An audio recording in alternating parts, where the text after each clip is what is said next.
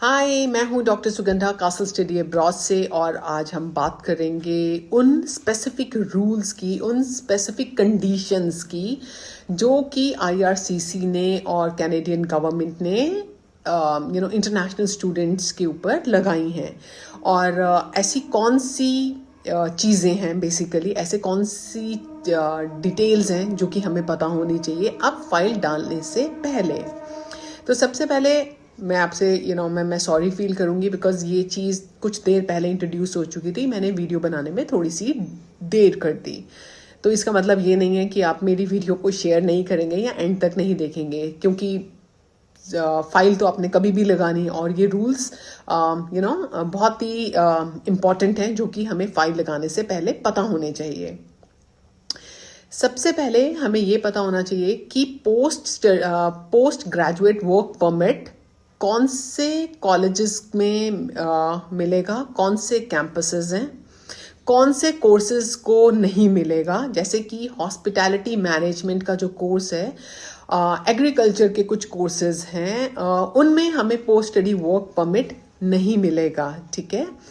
दूसरी चीज़, ये चीज़ें बेसिकली ये दो चीज़ों में डिवाइड हो चुका है।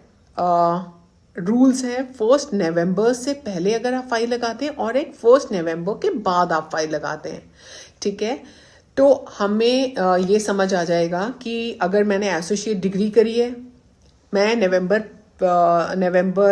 1 से पहले कर रही थी, तो मेरे रूल्स क्या होंगे, और उसके बाद अगर मैं फाइल लगा रही हूँ तो मेरे रूल्स क्या होंगे। ठीक है। तो हमें एसोसिएट डिग्री, हमें ग्रेजुएशन से, हमें मास्टर्स कर रहे हैं हम अगर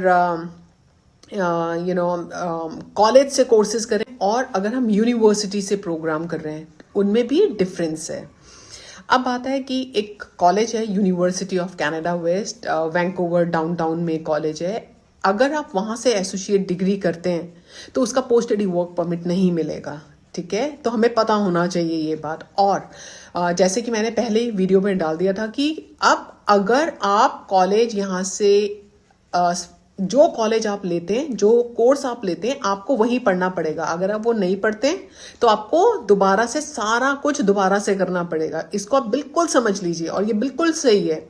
कोई भी कंसल्टेंट इस चीज़ को डिनाई नहीं कर सकता बिकॉज ये उनकी वेबसाइट पे, आईआरसीसी की वेबसाइट पे है। और अगर आपको कोई और इंफॉर्मेशन चाहिए होगी, आप हमें कांटेक्ट कर सकते हैं। Other than that,